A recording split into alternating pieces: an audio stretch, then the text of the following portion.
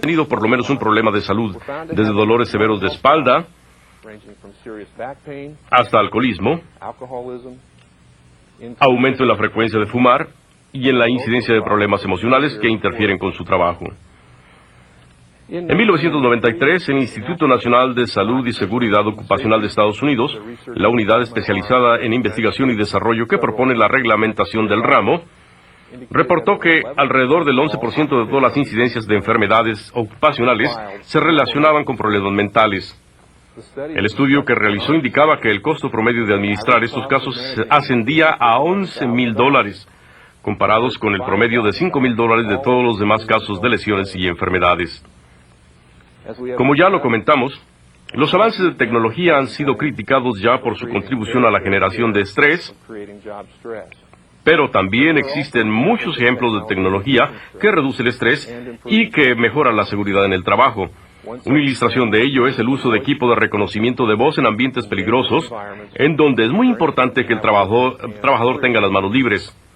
Este es el caso en la industria maderera de una función de trabajo realizada por el llamado clasificador. Este trabajador debe medir, inventariar, determinar la especie y detectar los defectos de todos los troncos que llegan al aserradero. En el pasado, la mayoría de los clasificadores que realizaban todas esas tareas tenían operando un radio de comunicación que llevaban consigo en la mano. Esas tareas se hacían aún más difíciles dadas las condiciones adversas del medio ambiente que frecuentemente se da en los aserraderos. Y esta realidad de trabajo es la misma con el trabajador maderero en el noroeste de Estados Unidos que con el de América Central. Con la reciente invención de las grabadoras con reconocimiento de voz, estos clasificadores pueden ahora trabajar con sus ojos siempre dirigidos a las tareas de acción, registrando verbalmente toda la información pertinente a través de un micrófono conectado a su casco de seguridad. La producción de estas empresas se ha incrementado ahora y el trabajo es más seguro, pues ese trabajador le pone más atención a lo que sucede a su alrededor y no solo a las herramientas y equipo que él tiene que utilizar para reportar estos datos. La presión o estrés en el trabajo primeramente reduce la productividad y provoca diversas enfermedades que le atribuimos al trabajo. En casos extremos, los trabajadores bajo estrés pierden su capacidad de comprensión y sus reacciones pueden ser catastróficas, como es el caso de la violencia en el trabajo. Sin embargo, no todos los episodios de violencia en el trabajo son producidos por nuestros compañeros de trabajo o subordinados, pero el simple estrés generado por una situación de violencia potencial o el saber que trabajamos en una organización con altos índices de conflicto violento nos obliga a tomar ahora medidas innovadoras de prevención. Desafortunadamente, la violencia en el trabajo es ahora un fenómeno global. En Estados Unidos, hasta 2.2 millones de trabajadores al año son víctimas de ataques físicos en el trabajo y otros 6.3 millones son víctimas de amenazas. De los 6,000 trabajadores que murieron en su trabajo en 1992, 1,000 fueron víctimas de homicidio. Estos ataques generan 1.7 millones de trabajos perdidos y 55 millones de dólares de salario improductivos cada año. A nivel internacional, los incidentes de violencia han aumentado por diversas razones. Muchos de estos actos se cometen por razones de interés económico, mientras que otros son a consecuencia de conflictos religiosos, políticos y socioeconómicos, como es el caso de los intereses del narcotráfico. Los actos de secuestro se han convertido en una preocupación cada vez mayor. Una de las empresas más conocidas de Estados Unidos especializadas en resolver problemas de secuestro, Corporate Risk International, respondió a más de 100 incidentes de secuestro y extorsión solamente durante el primer semestre de 1996.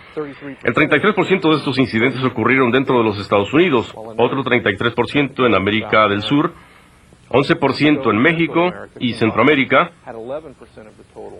y el 13% en África.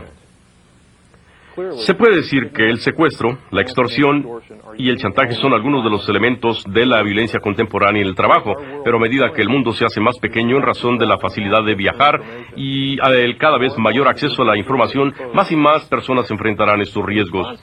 Las respuestas que se han dado a la violencia en el trabajo han sido variadas. El Estado de California ha desarrollado un programa de respuesta modelo para apoyar la seguridad en el trabajo. Aunque no es un requerimiento obligatorio, los empleadores en Estados Unidos deben proteger a su personal contra actos de violencia durante el trabajo y se les puede exigir responsabilidades bajo cierta reglamentación.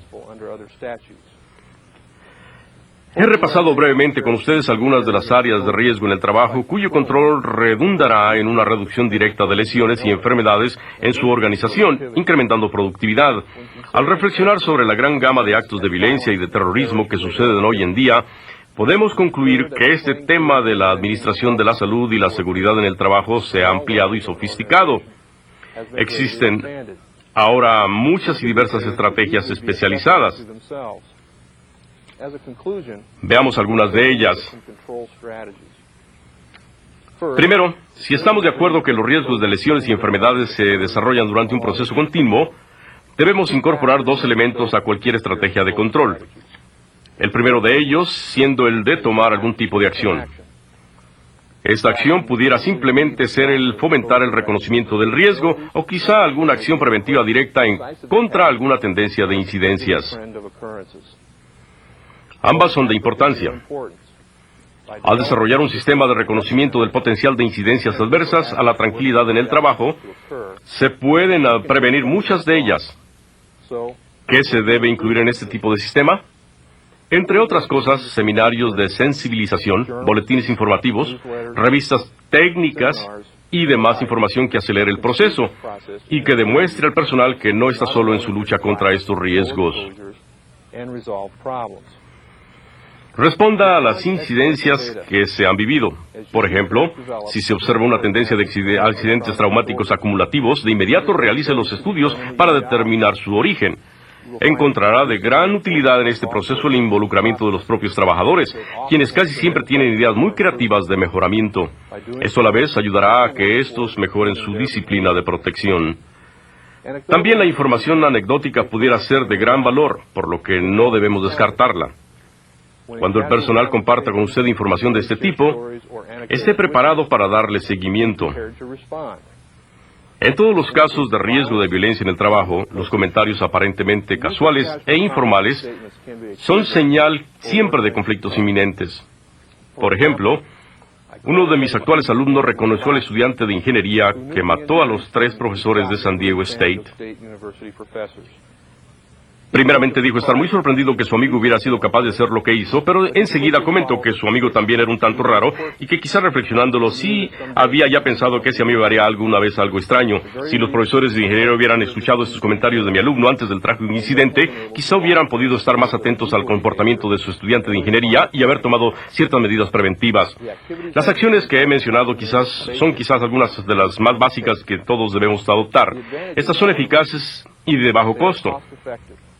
Tienden a generar resultados rápidos y a preparar el camino para estudios más profundos u otras medidas. Yo los invito a todos ustedes a que implanten un programa formal en sus organizaciones. Sus ideas innovadoras podrán contribuir a la definición de estándares que pronto veremos como reglamentos a nivel nacional e internacional. Los preocupantes riesgos que provienen de sustancias químicas exigen que nuestras organizaciones apliquen ciertos lineamientos para determinar si se debe establecer algún control de inmediato. Pueden eliminarse la necesidad de utilizar esas sustancias químicas o pueden reformularse químicamente esas sustancias para reducir sus características nocivas. ¿Es posible sustituir las más peligrosas con otras menos nocivas? ¿Puede rediseñarse el proceso para reducir la intervención de estas sustancias? Trate de separar físicamente a los trabajadores de los procesos perjudiciales y exija el uso de equipo protector a nivel personal para quienes están más en contacto con estas sustancias peligrosas. En este ramo es importante entender que las medidas que se toman no siempre eliminan el problema en forma directa. Muchas veces los resultados se hacen obvios a mediano plazo. Quiero reiterar que la clave del éxito en el manejo del caso del estrés, lesiones traumáticas acumulativas y comportamiento indicativo de comportamiento de violencia potencial en el trabajo está en involucrar a los trabajadores y modificar su disciplina. Las siguientes son algunas recomendaciones útiles para controlar el estrés mental y físico en el trabajo. Reducir o eliminar los peligros físicos asociados en el trabajo. Por ejemplo, utilice equipos menos ruidosos, mejor mantenido y con mayor protección. Mejore el ambiente de trabajo aplicando medidas de higiene industrial.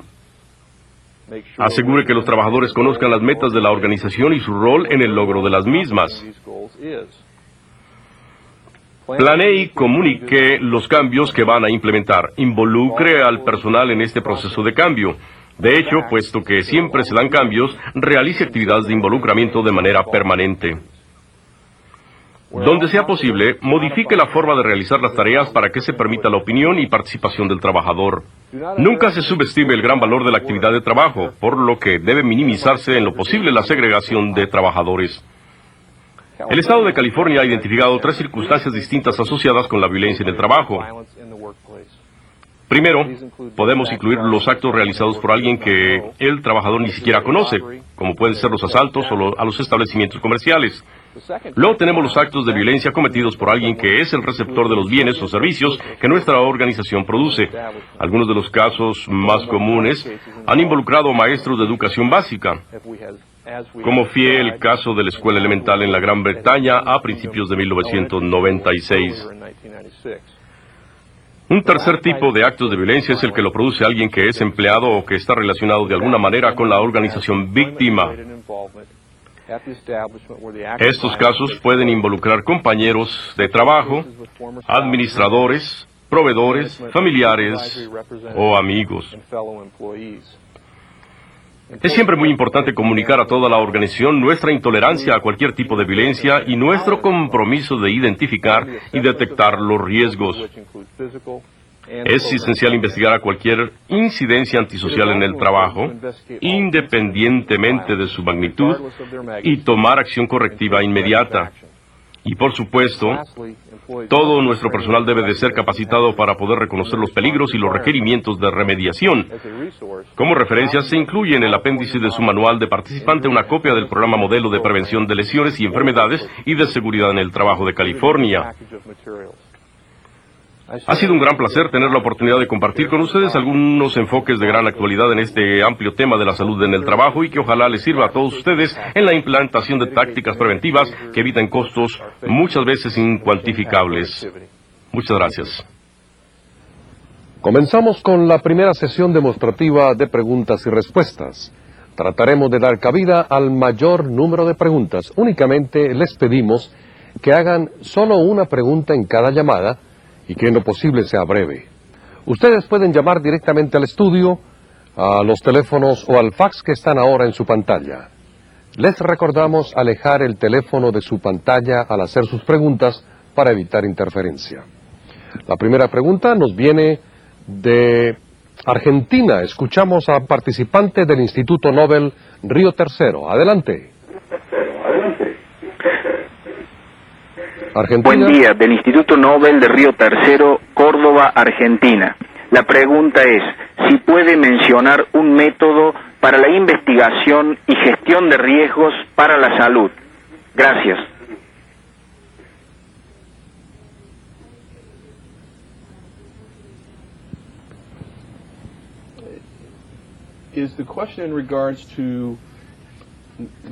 La pregunta que usted está haciendo es sobre la medida de los controles administrativos en el trabajo.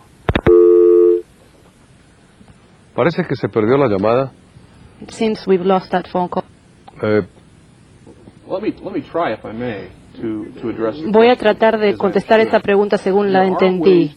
Hay maneras de medir los impactos de los controles administrativos. El control administrativo no cambia a los peligros para una tarea en particular, sino que reduce el tiempo de exposición al peligro, hace participar a varias personas en una tarea y eso lleva a ciertos beneficios como un entrenamiento cruzado. Sí se puede medir ese impacto y los controles administrativos en ciertas industrias son muy buenos como medidas de salud y de seguridad.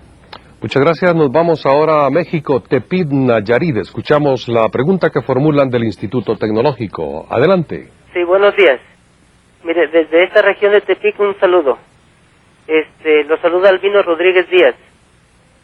Actualmente se ha reconocido ya que cambiando las actitudes mentales internas de los individuos se mejora considerablemente la salud física de las personas.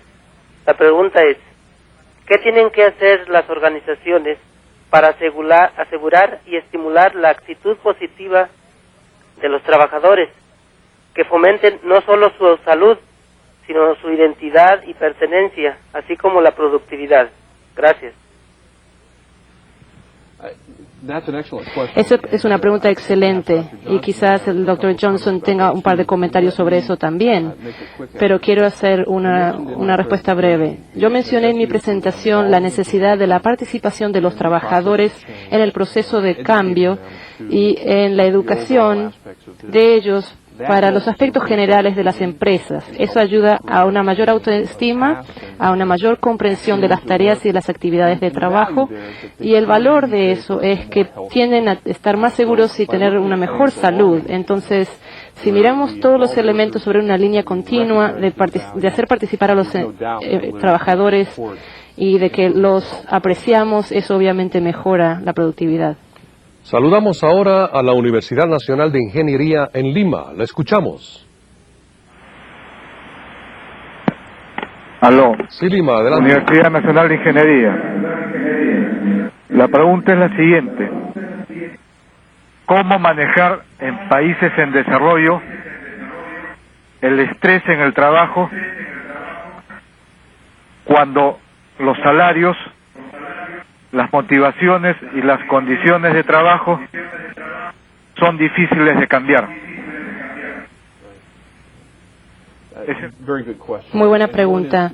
Y un aspecto de esta respuesta es tener paciencia y reconocer que los cambios no van a ocurrir del día a la noche.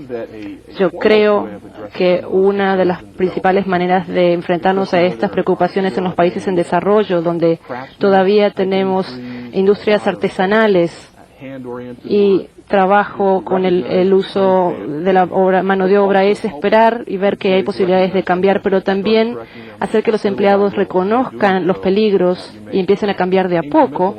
Así se hacen logros progresivos que a largo plazo son beneficiosos. Pero tratar de hacer un cambio masivo para cambiar los procesos, las herramientas o el equipo es algo que puede causar confusión. En cambio, el reconocimiento de los peligros y cambios mínimos de a poco sirve para mejorar el nivel de estrés del trabajo y a la larga mejora la productividad. La siguiente pregunta la formulan desde la capital mexicana. Viene de la Comisión Federal de Electricidad, Auditorio Atoyac. Lo escuchamos. Buenos días. La falta de seguro médico, amenaza de despido, baja salarial, maltrato por los jefes, los podemos considerar como actos de violencia en el trabajo. ¿Qué recomienda entonces hacer frente a estos fenómenos? Gracias.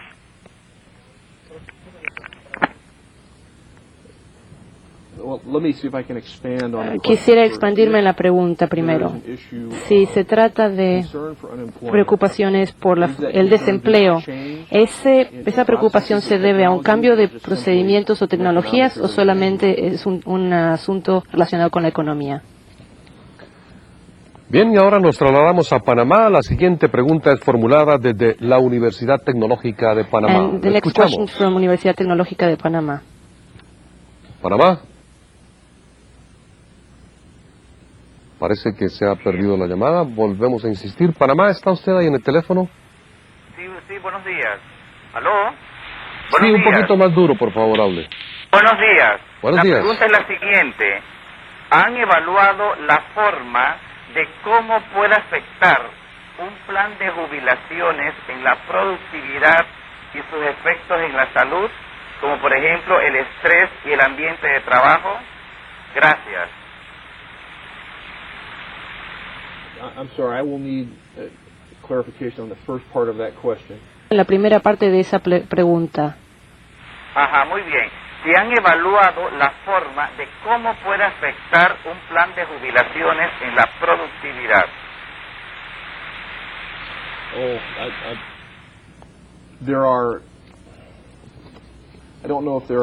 Bueno, no sé si hay estadísticas sobre eso, pero yo creo que es una buena pregunta, porque los planes de jubilación y de beneficios en general se hablan sobre el valor que tiene el empleador, cómo aprecian los trabajadores y a distintas tareas. Yo no conozco estadísticas en sí sobre la jubilación, pero obviamente el paquete de beneficios completo que los trabajadores reciben y las oportunidades que tienen, eso les hace sentir más cómodos con su trabajo, tienen nivel menor de estrés y es mejor en el aspecto social del trabajo, y podríamos llegar a ciertas inferencias sobre esa influencia en el trabajo, sí.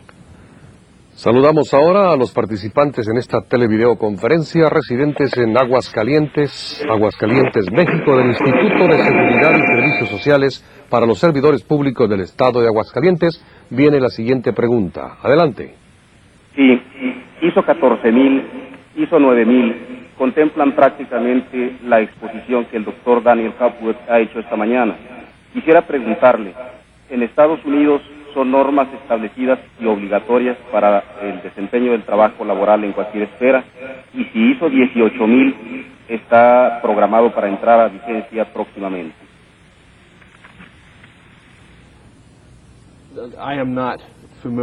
No estoy familiarizado con ISO 18000, así que no puedo contestar esa parte de la pregunta. Sin embargo, las organizaciones en los Estados Unidos se han asociado al ISO 9000 e ISO 14000 para un beneficio mutuo con los socios internacionales y el gobierno, y la capacidad de producir las cosas de manera eficiente y mantener la seguridad de la gente. Entonces, en esa medida, yo no sé si son normas obligatorias que hay que cumplir. Sin embargo, están siendo aceptadas muy claramente en muchos aspectos de nuestras industrias y nuestras economías, y es un factor beneficioso para lograr las actividades empresariales.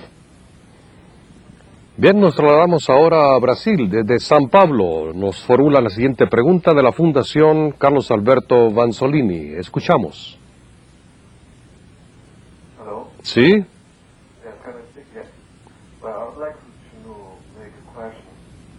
Hacer una pregunta sobre la búsqueda de productividad. Y como hemos estudiado, el aumento de la productividad en el sector de servicios en Brasil se hace con muchas medidas basadas en la intensificación del trabajo, la adopción de normas rígidas de comportamientos y un gran control de los operadores. Desafortunadamente, muchas veces los resultados no son positivos. Podemos ver que aumenta el sufrimiento. Por ejemplo, hay enfermedades de trauma acumulativos y otros problemas de salud, y baja la calidad, especialmente en la relación con los clientes. Y por último, los resultados constituyen una pérdida de la productividad. Entonces, ¿qué piensa usted sobre el cambiar la manera en que la gente trabaja, cambiar el trabajo de la organización y el proceso de trabajo? Ese es un caso de estudio muy interesante, y hay una dinámica muy particular que ocurre en las economías de servicios. Me hace pensar en dos o tres cosas, y usted las mencionó. Es una pregunta muy bien formulada y es un estudio. Como dije, la organización de trabajo es esencial, y parte de la organización del trabajo sobre cómo nosotros controlamos la exposición a los riesgos se pueden administrar desde el punto de vista de la gerencia. Sin embargo, no hablé demasiado sobre los controles administrativos, aunque sí mencioné esto en la presentación mía del año pasado. Esa normalmente es una manera muy firme de controlar los riesgos de la economía, es decir, de la disponibilidad de los fondos y los recursos y el tiempo. Al mirar los controles administrativos, se hace participar a varios trabajadores en tareas similares, se puede hacer una capacitación cruzada, y también reducimos el elemento de exposición a riesgo y enfermedades al mismo tiempo. Vemos que hay beneficios desde el punto de vista de productividad, o por lo menos si hay un problema es mucho menor, tenemos más trabajadores que están participando en la misma tarea. Damos ahora la bienvenida a nuestros vecinos Let's en la welcome ciudad now de our Tijuana. La neighbors from siguiente Tijuana. pregunta es formulada de la Universidad Iberoamericana Campo Noroeste. Le escuchamos. ¿Cuáles son las consecuencias específicas en términos de salud de la práctica de esconder información, deshonestidad e hipocresía en el trabajo? Primero, ¿cómo afecta a subalternos esta práctica? Y segundo, ¿cómo afecta la misma al jefe?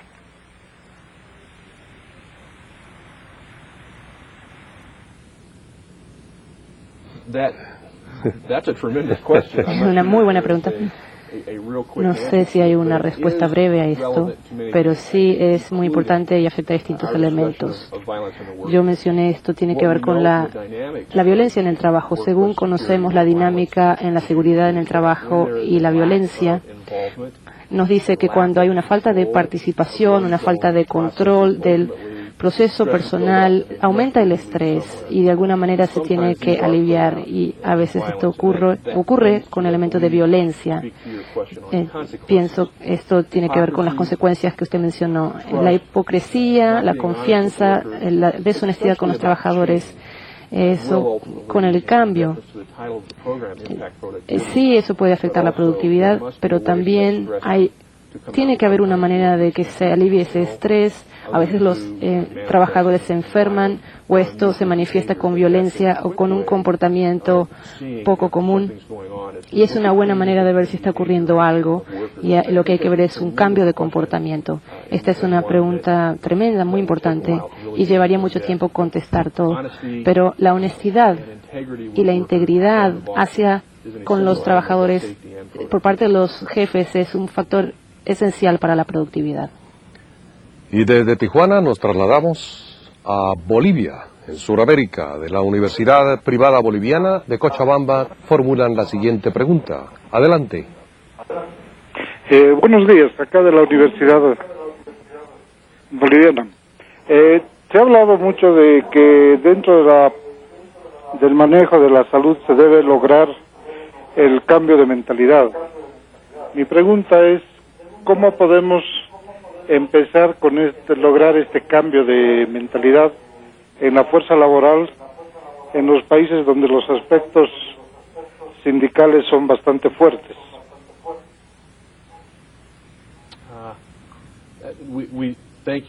Gracias. Es muy buena pregunta. Hemos experimentado esa dinámica aquí en los Estados Unidos. Yo creo que los sindicatos, las relaciones de los patronales con los trabajadores tienen un proceso, y cuando se quiebra este procedimiento, y el procedimiento de comunicación también con los líderes laborales cambia, y eso sufre. Entonces la estrategia de éxito llega de a poco, y se empieza a reconocer que el impacto de la salud y los beneficios, ya sea si hay beneficios de pago o de salud médico, vienen de a poco y a largo plazo, y tenemos que tener objetivos comunes, y eso es necesario para lesiones agudas y para reducción de impactos en la salud, y también para la mejora en el trabajo. Sí he visto relaciones patronales con los trabajadores donde los objetivos se han medido, y todos estaban trabajando para los mismos objetivos y estaban dispuestos a tomar las cosas una por una. La siguiente pregunta la formulan desde Tlanepantla, Estado de México, del Instituto Tecnológico. Lo escuchamos. Buenos días. Yo quiero saber si existe alguna correlación entre la frecuencia de enfermedades de trabajo y las ciudades de alta contaminación. Gracias.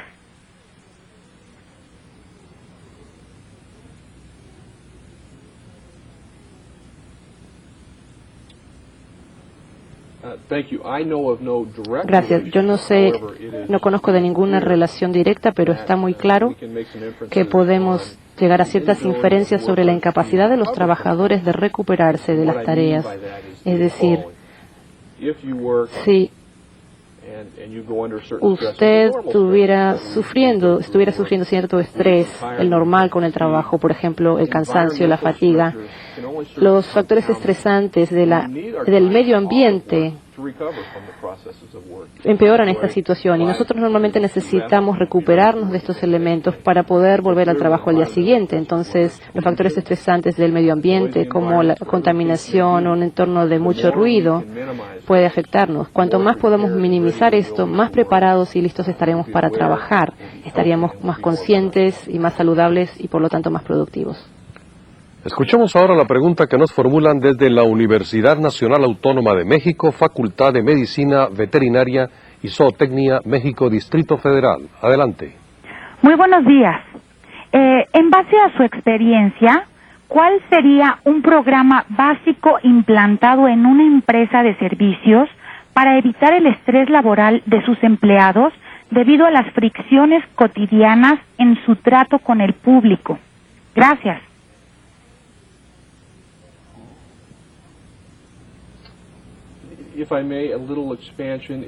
Si quisiera expandir esa pregunta, ¿usted se refiere quizás a violencia en esa interacción de las empresas con los clientes? Quizá no violencia, pero sí debido a tal vez los problemas que puedan surgir entre el mismo personal que trata al público o viceversa.